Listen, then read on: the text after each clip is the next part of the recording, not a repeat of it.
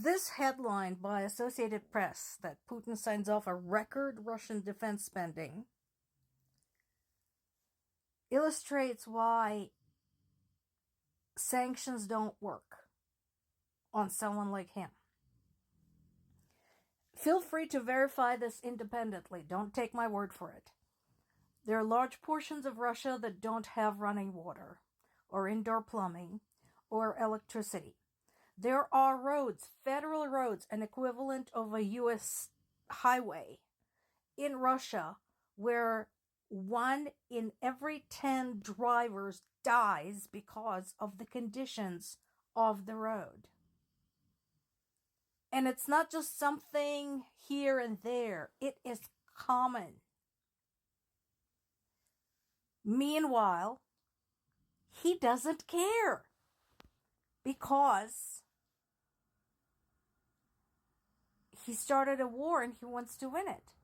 So, as the result, Putin is going to sacrifice a huge part of his budget on military spending. How huge? Over 1/3.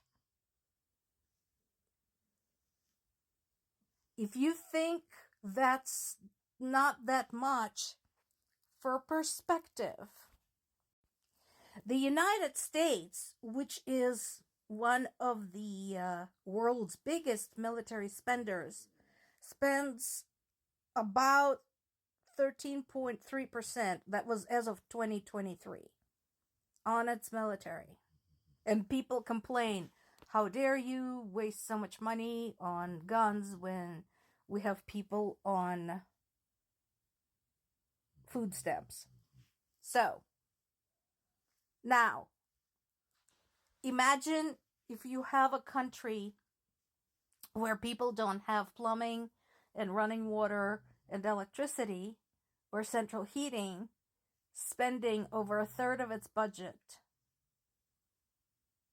on military, on a war that is meaningless and completely unnecessary. Put that into perspective. And that's what's happening. Not only that, but of course, Russia, despite its advances in Ukraine, continues to suffer losses to its critical infrastructure, such as their oil infrastructure, as Ukraine hits another oil depot in Rostov region. Plus, destroyed a radar station in one of Russian-occupied territories. Remember, we talked about the radar stations, why that's important, since Russia is using so many drones and guided bombs, etc. So, destroying these locations, these radar stations, is basically like leaving them deaf and blind. Some of them in the air. So, we've heard of some having been destroyed in Crimea. Now we have some more. So that is actually good news. Plus, Russia had hit another record in how many soldiers they lost in one day. Over 2,000 people in one day. But apparently they believe that is expendable.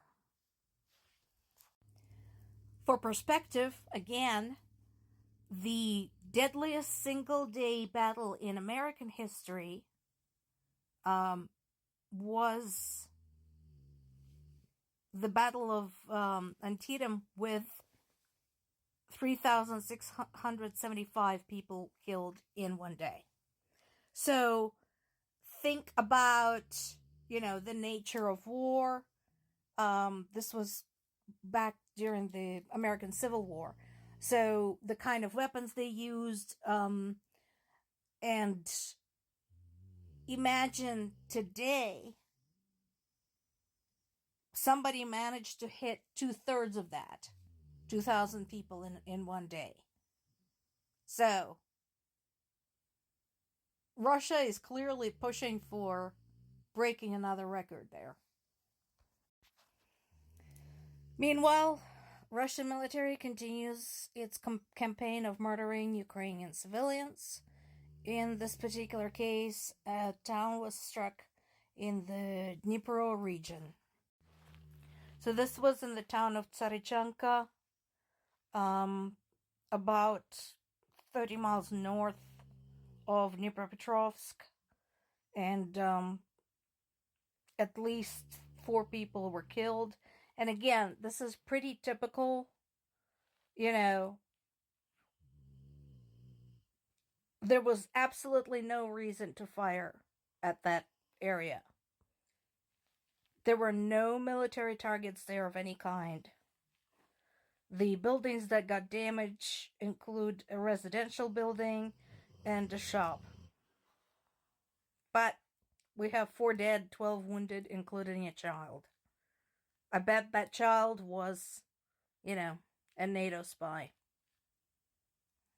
Finally, in personal news, one of our family members who was serving in the eastern part of Ukraine has been taken prisoner. All we know is that he was alive 2 days ago.